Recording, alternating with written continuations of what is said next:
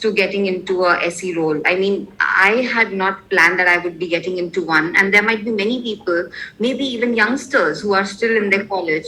Like, do you think it's good to have some experience, some years of experience in the actual, the technical job and stuff like that, and then progress into SE? Or, I mean, yes, we can definitely train SEs right from the first out of school or out of college experience. What do you think is a good mix for both the person as well as the company? Yeah. So I'll give you the classic sales engineering answer, which is it depends. So I do not believe there is any longer a need to have that experience before you become a sales engineer. And that's driven by just the changing needs of the marketplace and the fact that sales engineering is a hot profession right now. Oh, yeah. I mean, I think Vivin came out with a report and said there's about 1.7 million of us globally. I mean, who knew? And that number is growing faster than the employment rate in any country in the world. So it is a really great job to have.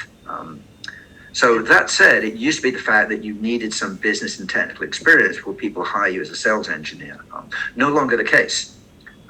So my view is mainly of the US and Western Europe, but there are now organizations that take people at the undergraduate level, so 18, 19, 20-year-old quote kids who are studying either engineering or marketing, and teach them about sales engineering.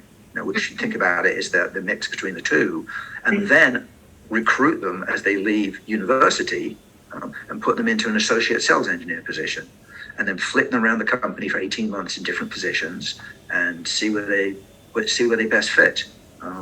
Actually, there's several companies in India that do that. Some of the really large tech companies. So they have a graduate intake program. There's organizations starting up here in the US. There's something called Pre-Sales Academy, and they now take people who want to become sales engineers. And I mean, I look back at my 3 decades plus of hiring SEs, and goodness, I've hired thousands of them.